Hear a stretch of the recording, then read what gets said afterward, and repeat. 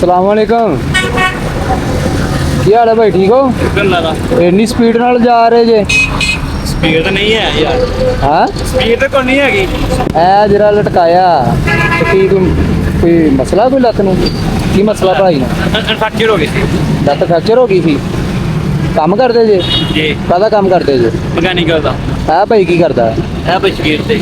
ਸ਼ਗਿਰਦ ਆ ਤੁਹਾਡਾ? ਤੁਸੀਂ ਉਸਤਾਦ ਜੇ? ਜੀ। ਤੇ ਤੁਸੀਂ ਇਹਨੂੰ ਇਹ ਨਹੀਂ ਸਮਝਾਇਆ ਕਿ ਰੋਡ ਦੇ ਉੱਤੇ ਹੈਲਮਟ ਪਾ ਕੇ ਜਾਣਾ?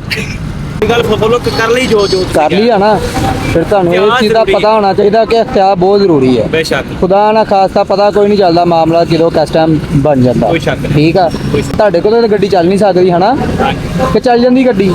ਚਲਾ ਲਈ ਦੀ। ਚਲਾ ਲਈ ਦੀ ਆ। ਲੋ ਫਿਰ ਜਦੋਂ ਤੁਸੀਂ ਨਿਕਲਣਾ ਜਾਂ ਤੁਸੀਂ ਨਿਕਲਣਾ, ਇਹਨੂੰ ਪਾ ਕੇ ਨਿਕਲਣਾ। ਇੱਧਰ ਆ ਮੇਰਾ ਭਰਾ, ਇੱਥੇ ਰੱਖ। ਇਹ ਨਾ ਸੋਨਾ ਵੀ ਲੱਗਣ ਲੱਗ ਗਿਆ, ਉੱਤੇ ਕਰ ਦੇਣਾ ਮੂੰਹ ਥੋੜਾ ਜਿਹਾ। ਚੱਲ ਇਹਨੂੰ ਥੋੜਾ ਲਾਜ਼ਮੀ ਬੰਦ ਕਰਨਾ, ਠੀਕ ਆ? ਹੁਣ ਮੇਰਾ ਭਰਾ ਜਿੱਥੇ ਜਾ ਰਹੇ ਹੋ ਅਖਤਿਆਤ ਨਾਲ ਜਾਓ। ਐਕਸੀਡੈਂਟ ਹੋਇਆ ਅੱਗੇ ਵੇਖਿਆ, ਮਸਲਾ ਬਣ ਗਿਆ। ਹੁਣ ਅਖਤਿਆਰ ਕਰਨੀ, ਧਿਆਨ ਨਾਲ ਠੀਕ ਆ? ਹੁਣ ਜਦੋਂ ਵੀ ਨਿਕਲਣਾ ਬਾੜੇ ਨੂੰ ਪਾ ਕੇ ਨਿਕਲਣਾ। ਅਖਤਿਆਰ ਜ਼ਰੂਰੀ ਆ ਯਾਰ। ਇਹ ਬੰਦੇ ਨੂੰ ਨਾ ਚੀਜ਼ਾਂ ਜਿਹੜੀਆਂ ਵਾ ਮੱਦੇ ਨਜ਼ਰ ਰੱਖ ਕੇ ਰੋਡ ਤੇ ਨਿਕਲਣਾ ਚਾਹੀਦਾ, ਠੀਕ ਆ ਨਾ? ਚਲੋ ਅੱਲਾ ਦੇ ਹਵਾਲੇ। ਅੱਲਾ ਪਾ ਤੁਹਾਨੂੰ ਖੈਰ ਇਤਨਾ ਨਾਲ ਲੈ ਕੇ ਜਾਵੇ। ਬੜੀ ਅੱਛੀ ਗੱਲ ਆ ਕਿ ਮਾਸ਼ਾਅੱਲਾ ਤੁਸੀਂ ਇਸ ਹਾਲਾਤ ਦੇ ਵਿੱਚ ਮਿਹਨਤ ਕਰ ਰਹੇ ਆ। ਮਿਹਨਤ ਇਨਸਾਨ ਨੂੰ ਕਰਨੀ ਚਾਹੀਦੀ ਹੈ। ਠੀਕ, ਬਹੁਤ ਸ਼ੁਕਰੀਆ ਭਾਈ ਸਾਹਿਬ।